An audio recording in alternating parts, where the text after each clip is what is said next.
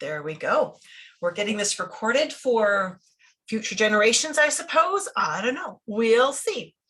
Okay, so here we are talking about the pupil, and Jen says, hi, thanks for teaching us today. Happy to be here, Jen. So glad to have you with me today. So good. All righty, let's rock and roll, shall we? So as we talk about pupil indicators today, I really need to do this disclaimer. This information is meant for your education only. It is not meant to diagnose or prescribe. You are responsible for any results, good or bad, that result from using this information. You get to be your own boss on that one. I'd like to take just a moment to introduce myself for those of you who are new, and we do have quite a few people who are new to me joining us today. And welcome. So glad you're with me.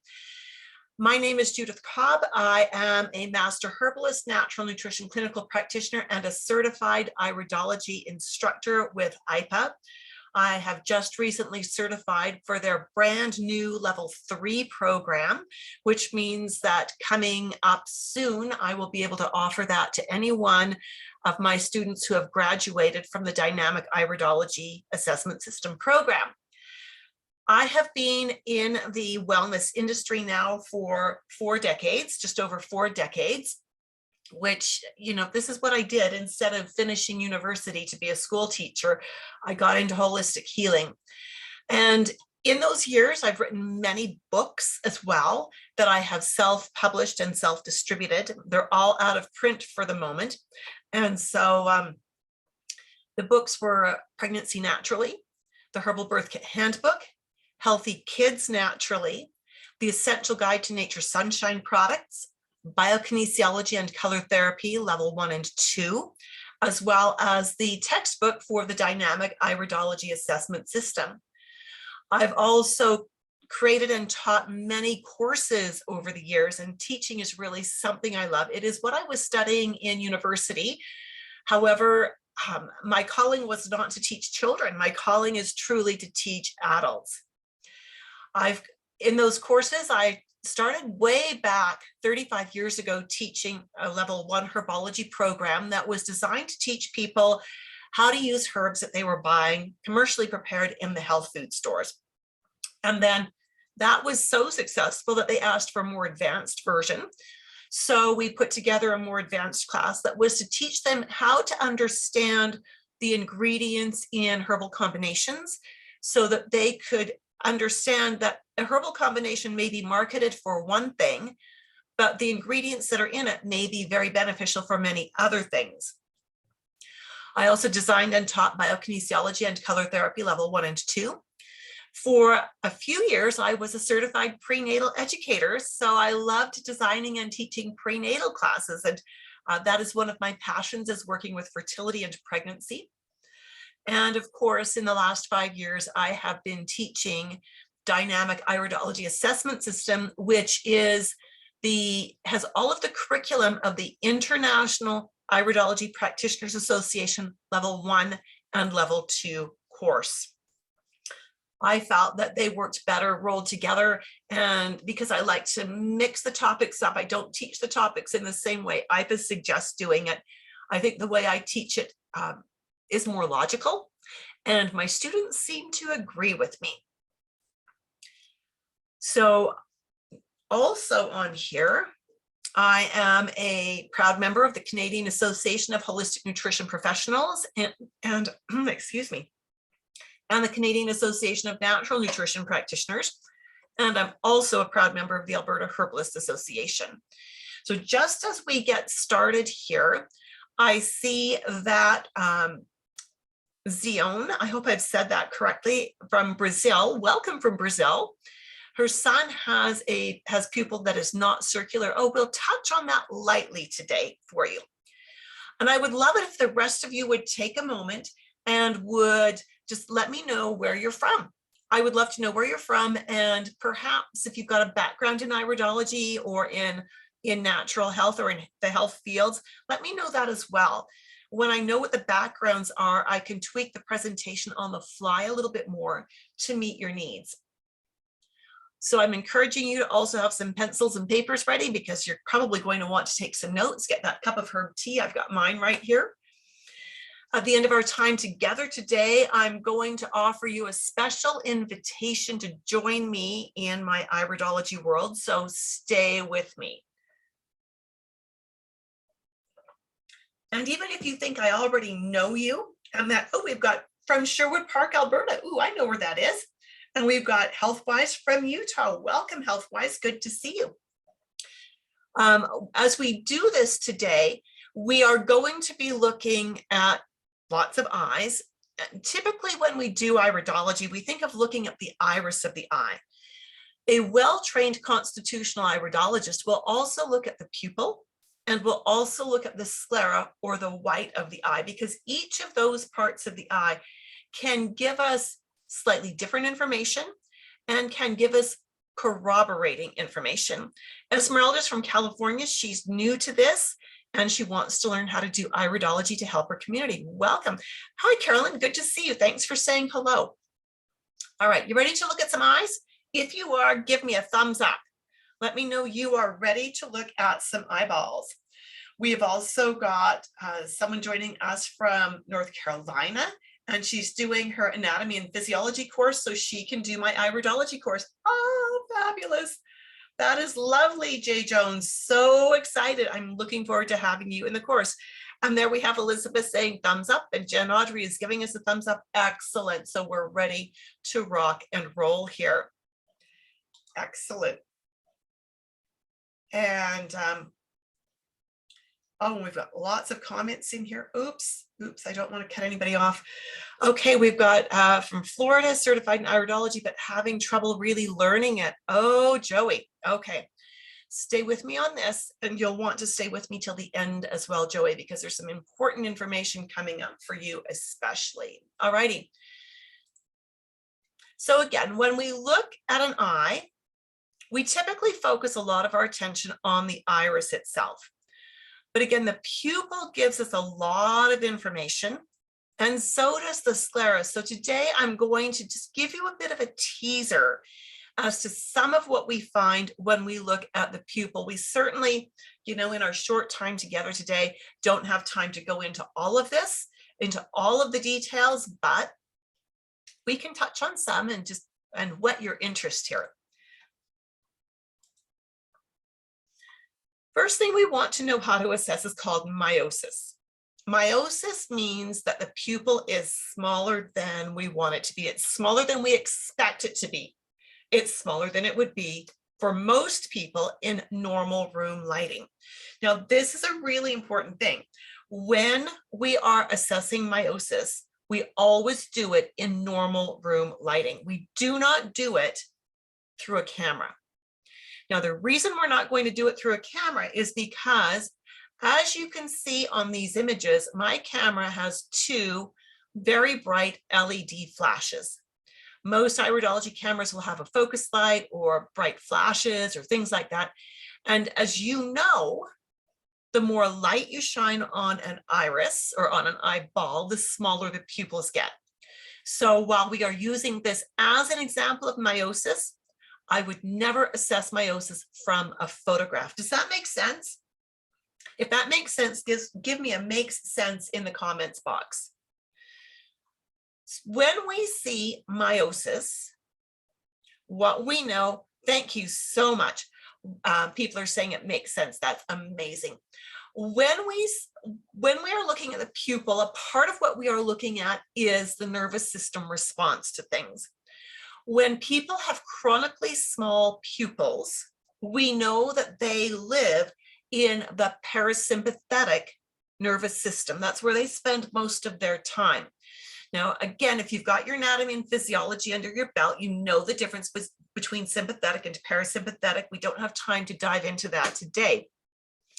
When someone is parasympathetic, they like to be in control of their world. And that means that they want to control the world in such a way that everything around them is calm and peaceful, and all their I's are dotted, all their T's are crossed, everything is just so. What happens here is that if things are not just so, they stress out. They don't have a lot of leeway for being able to adapt. Okay, so when I'm working with someone who I'm sitting across from them in my office, for instance, and I see that their pupils are very tiny, I know that I am going to need a little bit cautious in my word choices. And I know I'm also going to probably want to do things that are going to support that parasympathetic system to give it a little more resiliency. I might choose to recommend some dietary work or a herbal something or a lifestyle alteration. There are many ways we can have a lovely impact on that parasympathetic nervous system. Again, here's another absolutely beautiful example of meiosis. If this was done under regular room lighting, right? Because it was done under bright light, we can't really, I would never call this meiosis. I would want to see her face to face. Now, here's a little tip for those of you that maybe have iridology cameras and you struggle with your photographs. When you are shooting images of dark brown eyes, you're going to have to use a slow shutter speed. Now, when you use a slow shutter speed, that allows even more light onto the image. And we need that when we're looking at dark eyes to be able to see all the textures and the contours. So what it means is that most of the time when you're working with a hematogenic iris and you're taking photographs of it, your pictures will almost always appear as if the person has meiosis, that their eyes are meiotic. And so you want to, again, make sure you are assessing their eyes in natural room light for the pupil size. And then go ahead and take your pictures, and it doesn't matter on the pictures if they have meiosis or not, because you've already assessed them face to face. That work for you? If that works, and if that is going to fit, I want to see works in the comments box.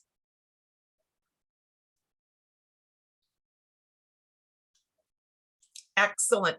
Some of you people are really fast on that keyboard. I love it. Love it. Keep that up. Keep that up. This is amazing. Okay, and just double check in here. And lots of comments of making sense. Okay, turn the picture down a little bit is what I'm seeing. Okay, understood. We've got not the best picture for our Instagram friends. Thanks for letting me know, Margarita. There we go. That'll be a little bit better. It'll be a little shakier because I'm going to have to hold it by hand. Okay, so mydriasis. Mydriasis is when the pupils are large. Now, when we need to be aware of a few things here. A mydriatic pupil suggests this person lives in the sympathetic nervous system, right? In the sympathetic nervous system. Now, considering that, we also need to remember that most children, because their world is new to them, they're still having many new experiences, live in the sympathetic nervous system. So it's not uncommon to see mydriatic pupils in young children. Now, if you're sitting across from somebody, it's normal room lighting, and their pupils are this large, you know they have mydriasis. All right. Now, again, when some people have pupils this large and you're taking their photos, you want to use a really fast shutter speed to reduce the amount of light going in. And whether it changes the image or not is somewhat important, but more importantly, you're looking for client comfort. When the pupils are this large, they let a lot of light in. So if you are using a camera that has very bright light and they've got large pupils that are not contracting because of the light, that bright light is going to be very irritating for their eyes. So you're going to need to use a fast shutter speed that will reduce the amount of light going in. Now, what we know about people who have mydriasis is personality-wise, they tend to be very generous. They live in the sympathetic nervous system. And again, if you know your A and P, you know what that means. So these people are always on the alert for the next crisis. When we have large pupils, it opens up our peripheral vision. So I want you to think about it. These people always think they're being chased by a bear. Their body feels that way. And so they don't want to have to turn their head all the way around to see how far that bear is behind them. That's where the peripheral vision comes in, where they can turn slightly and see the bear behind them, right? Now, it's also important to remember that mydriasis happens when we're looking at something that we really enjoy looking at, when we're looking at someone who we love, but it's not usually this extreme. Okay. So again, when we see someone who has mydriasis, and these pupils are slightly mydriatic, they're not really super mydriatic, but they're slightly. These people, again, are going to need support for that sympathetic nervous system. We need to take the edge off the way they are always feeling like there's a crisis waiting to happen right now.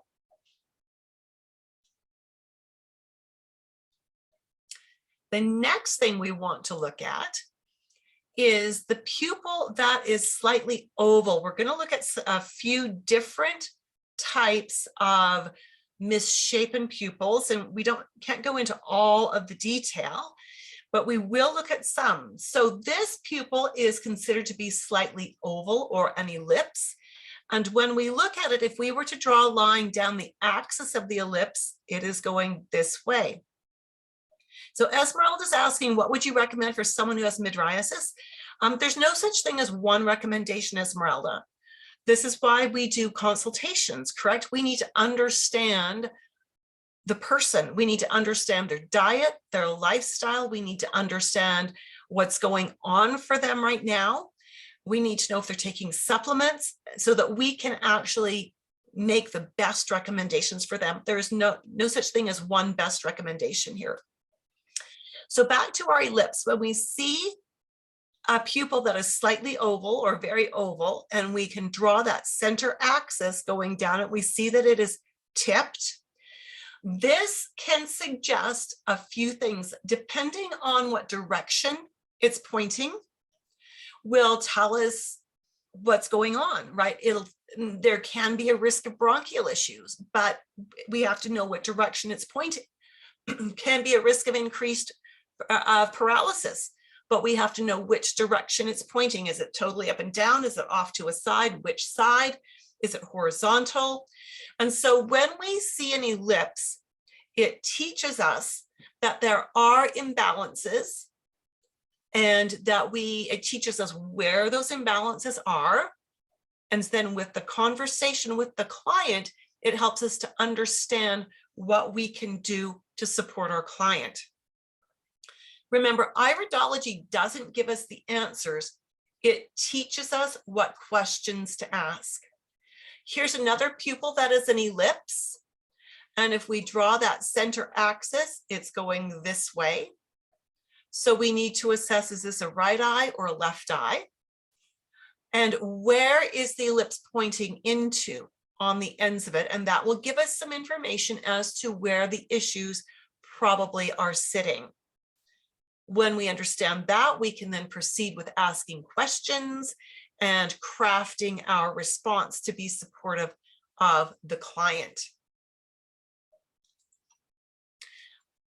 Something that we see a lot more than ellipses is flattenings. When we're looking for flattenings, we're looking to see where does the pupil have a flattened aspect. And as we see that, we look first off to the organ that is adjacent, and then we look to the organ that is opposite. So as I look at this, these are the photos of a 16-year-old athlete, very, very high-performing athlete, was being scouted by universities for basketball scholarships. And what we see with this is that the flattening suggests pituitary, kidney, adrenal, bladder, lung. Interesting, when you understand your anatomy and physiology, and you understand the physiology of asthma and how the lungs and the kidneys are involved in that, and we see these flattenings, we now understand why she has asthma. And by understanding that, we can then support the kidneys and the lungs through diet, through supplements, through lifestyle. And over time, we should be able to, if she does her homework well, make that pupil more round and thereby support the nervous system, because this is all regulated by the nervous system, to bring the kidneys and the lungs back into balance. Okay, and so this is one of the reasons we want to assess for flattenings. And this is hard to do with handheld equipment, much easier to do on a photograph.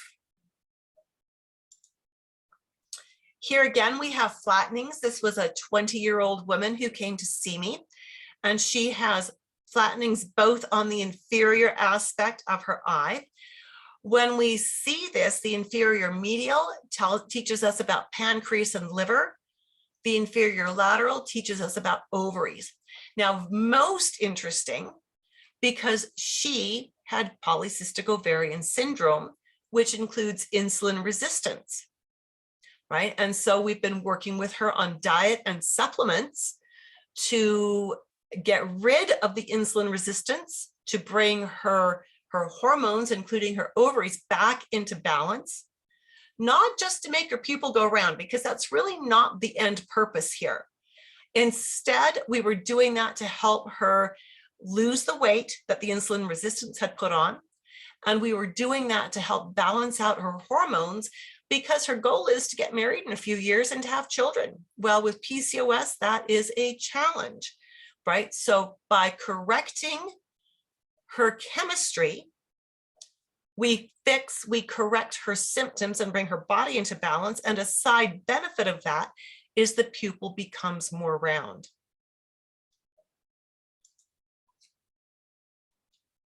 Is this all making sense? Are you understanding that it's not important whether we change the shape of the pupil? I mean, it's nice to see those changes, but the pupil simply gives us understanding. What we really want to see change here is the client's symptoms. We want them to be well and feel well. And an end result of that can be the pupil becoming more round, right? If that is making sense for you, give me some love, give me a heart in the comments box.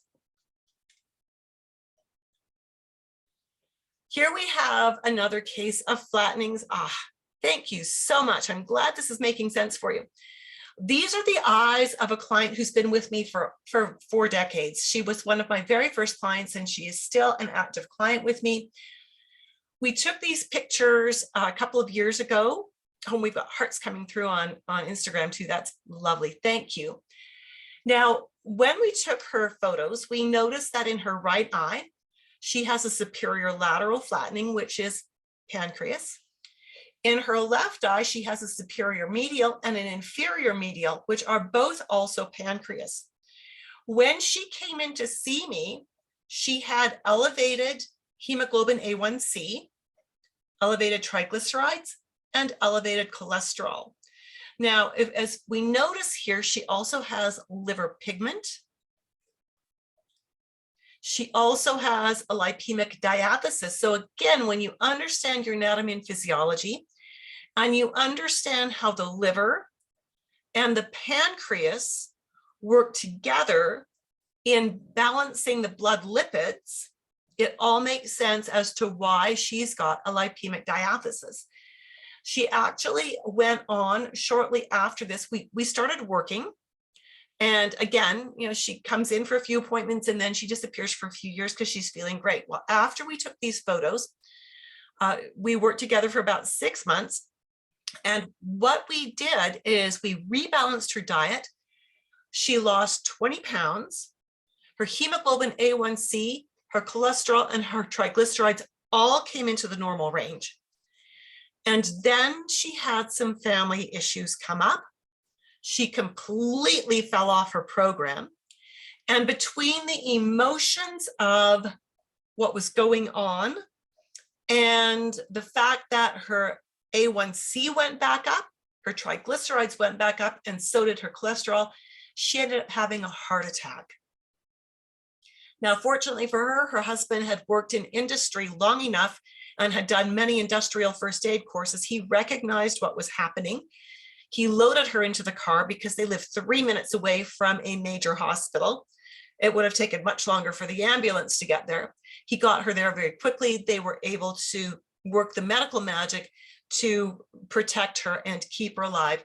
So now what we are doing with her is we're back at square one, working on, and I'll tell you, this pandemic is not helping one little bit, but we are working to rebalance her hemoglobin A1C, her triglycerides, her cholesterol, so that we can reduce the impacts of all of those things on her cardiovascular system. Because as you probably know, the risk of a woman having another heart attack within 5 years is very, very high. Well, we want to prevent that. We want this client to be a statistic of a different kind. We want her to be the one that brings that statistic down, right? So those are some aspects of pupils and pupil shapes. And that's just a taste, a tiny taste of what we can learn by examining the pupil as a support assessment to the iris and as a support assessment to the sclera as well. Now, some health professionals want to learn iridology just because they do, and that's fabulous. Now, I'm going to define what I think a health professional is for taking an iridology program. I believe a health professional is anyone who has completed a college level anatomy and physiology course, right? Because if you've taken a college level course to understand the anatomy and physiology, then you'll understand iridology really well. If you don't have that, you'll get lost. And I'm not saying that to discourage anybody. I'm saying that to encourage you to get an A&P course under your belt if you don't already have one, because it will mean that you can go deeper with iridology than you ever could without it. So what we find is that when health professionals learn iridology, they can do faster assessments with their clients. They are more accurate in their assessments. They can develop better and faster rapport with their clients. I've shown you the eyes of a client that's been with me for 4 decades. That is rapport, right? That's because she's got that level of trust in me, and I have that level of love for her to say we are a good team working together.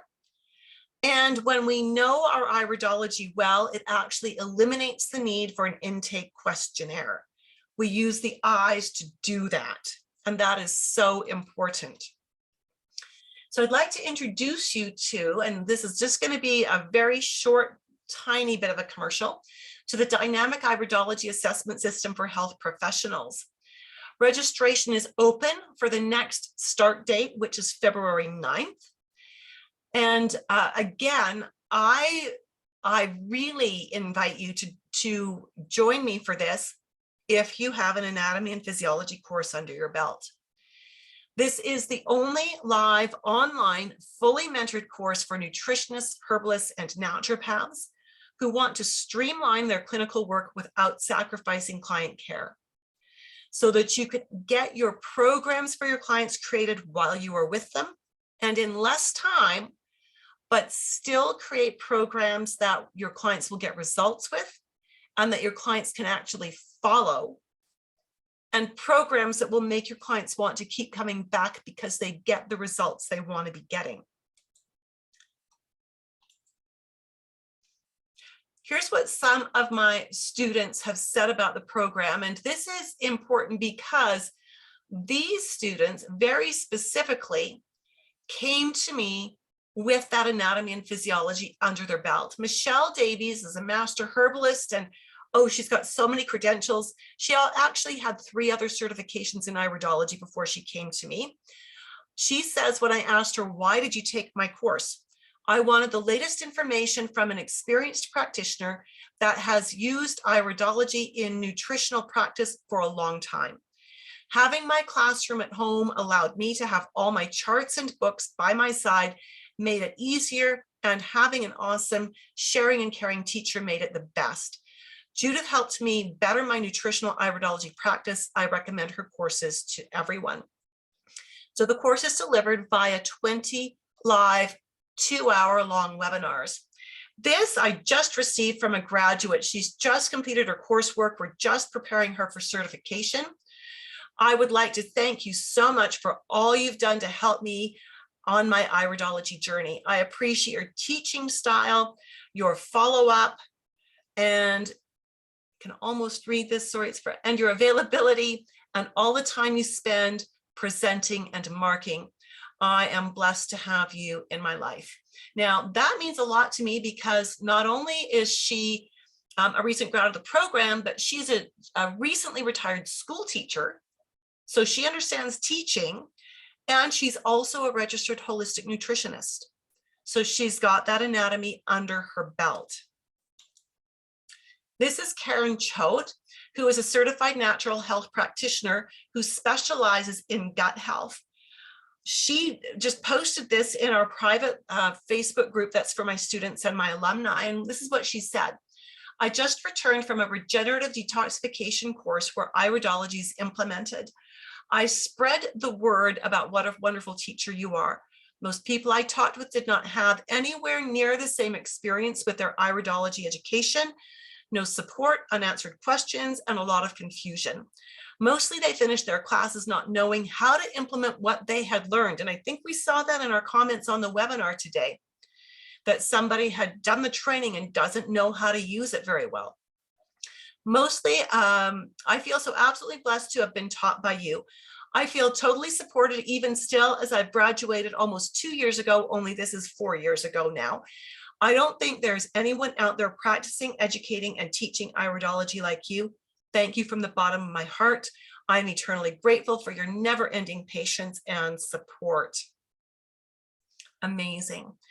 So for those of you who have the anatomy under your belt, I invite you, if you're interested in learning more about this course, about the tuition, about the payment plans, about what's included in the program, I invite you to book a call or a Zoom call. You can choose whether it's phone or Zoom to speak with me about this. And the URL is tinyurl.com/insight-call. Now, if you do not have anatomy and physiology and you want to get that, shoot me a message and I will connect you with the anatomy course that I believe is the very best one. It is designed for nutrition coaches, people who are studying nutrition. So they approach the anatomy from a very holistic perspective. And so if I know you've got that course, it does two things. Number one, I know you've got the A and P you need, but number two, you'll need anatomy and physiology to actually certify with IPA as well, if you want to become a certified iridologist. And the course that I recommend for my students, and I don't teach it, I don't get commissions for recommending this course. I just believe in the course so much, but the IPA organization has approved this course as meeting the requirements for their anatomy prerequisite, right? So I'm happy to share that with anybody as well to get you doing that course. And again, it's administered online, right? So it's a virtual program. So with that, my friends, that was a ton of fun. I don't usually talk about the pupils, but that was fun to do that. Lakita wants the best anatomy course link. I will send that to you, Lakita, absolutely. I will get that done as soon as we are offline today. And Jen says that was fun. Thank you so much. You are welcome. And I love all the hearts and loves that you're sending me, people. Thank you for that. That just feeds my soul to know that people are understanding what I'm saying and that it's meaningful to them and that they are loving it. That is wonderful. I hope that you will join me next week for the next webinar. I haven't chosen the topic yet, but I think I know what I'm going to do. And so, yeah, I hope you'll join me. And again, if you are interested in learning more about this course, the Dynamic Iridology Assessment System, book a call with me. Let's talk about it. Let's see if the February 9th start date is a good fit for you. If it's not a good fit for you, there'll be dates coming up beyond that, right? And so no pressure. Just want to find out where you are, what you're looking for to figure out if we are a good fit. So with that, my friends, thank you so much for being with me today. I truly appreciate it. And I look forward to seeing you again soon, and maybe even having a call from you in the next few days. Bye for now.